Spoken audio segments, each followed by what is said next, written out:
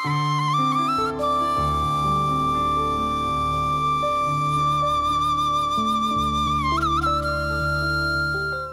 TV நேயர்களுக்கு இனிய காலை வணக்கம்.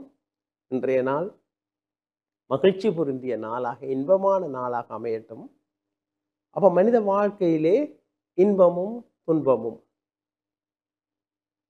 இவ்வாறு நன்மையும் தீமையும், அது ஒரு பேலன்ஸாக நடந்து கொண்டு இருக்கிறது.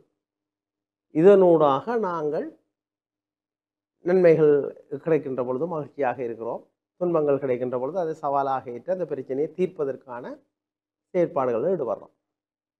யாழ்ப்பாண மண், வடக்கு மாகாணம், நேர்மை, கல்வியில் உயர்ந்தவர்கள், கடினமான உழைப்பாளர்கள், மிக உயர்ந்த சமயப்பற்றுள்ளவர்கள், மனித நேயம் உள்ளவர்கள், நல்ல மனிதர்கள்.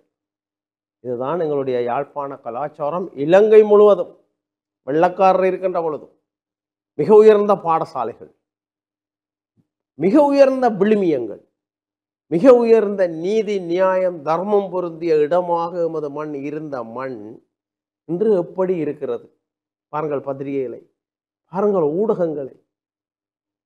இந்த இந்த இந்த இந்த இந்த ஒரு கிழமைக்கு நடந்த விஷயங்களை ஒருக்கா யோசியுங்க.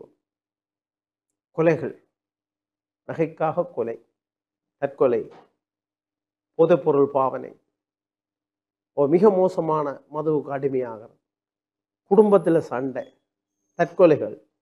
ஆக இந்த வன்முறைகளும் பிரச்சனைகளும் சிக்கல்களும் சாதாரண ஒரு சமுதாயத்தில் ஒரு 4% 5% இருக்கும். ஆனால் எமது மண்ணில் இப்போ யுத்தத்துக்கு பிறகு பெருமளவு ப்ராப்ளம், அதில் அனர்த்தங்களும் ஒரு பக்கம், அதுவும் செயற்கை அனர்த்தங்கள். அப்போ வடக்கு மாகாணத்தில் தான் அதிக கூடுதலாக விபத்துக்கள் நடந்து கொண்டிருக்கு.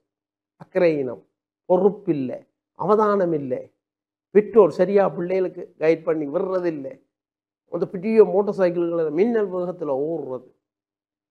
இதற்கு காரணங்கள் என்ன? இந்த அநீதிகளும் அநியாயங்களும் கூடாத நிகழ்வுகளும் நேர்மையற்ற செயற்பாடுகளும் காணப்படுவதற்கு உளவியல் ரீதியான பலருக்கு பிரச்சனை, உளம் பாதிக்கப்பட்டிருக்கு.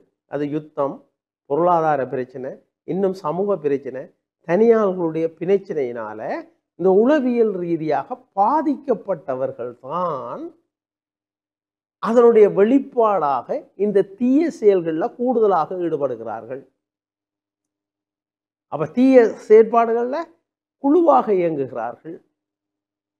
மக்களுக்கு எதிரான செயற்பாடுகள், தன்னுடைய குடும்பத்துக்கு எதிரான செயற்பாடுகள், தன்னுடைய நண்பர்களுக்கு எதிரான செயற்பாடுகள், அது எங்கே போய் தற்கொலை கொலையில் முடிவடைகிறது.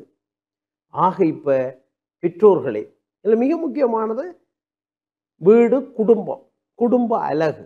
அப்போ இப்போ பெற்றோர்களுக்கு நாங்கள் உளவியல் ரீதியான விழிப்புணர்வை ஒவ்வொரு பெற்றோருக்கும் மிக அவதானமாக நீங்கள் செயலாற்ற வேண்டும். பெற்றோர்கள் முன்மாதிரியாக இருக்கணும் பிள்ளைகளுக்கு. இது ஒரு பிரச்சனையாக இருக்கிறது. அடுத்ததாக உங்களுடைய பிள்ளைகளை சரியாக வளர்க்க வேணும். இதுதான் முக்கியம். நீங்கள் முன்மாதிரியான செயற்பாடை பார்த்து தான் பிள்ளை செய்யுது. அப்போ இன்றைய மாணவர்கள் மிக பல சமூக விரோத செயற்பாடு, சட்டவிரோத செயற்பாடு, போதைப்பொருள் பாவனை, அவ்வளவு சுதந்திரமாக பல செயற்பாடுகளில் ஈடுபடுவதற்கு காரணம் இந்த ஒரு கட்டுப்பாடுகள். குடும்பத்துக்கென்று ஒரு நியதிகள் இருக்குது பாருங்க, பாடசாலைக்கென்று சில நியதிகள் இருக்குது, ஒழுங்குமுறை இருக்குது, கட்டுப்பாடுகள் இருக்குது. அதை சரியாக பின்பற்ற வைத்தல் பிள்ளைகளை கொண்டும். இப்போ நாங்கள் சொல்கிறோம் வெளிநாட்டு இதில் தண்டனை முறை, பிள்ளைக்கு அடிக்கக்கூடாது, இது என்னக்கூடாதுன்னு எல்லாம் சொல்கிறோம், சட்டம் இருக்குன்னு சொல்கிறோம். ஸோ அதெல்லாம் இருக்குது.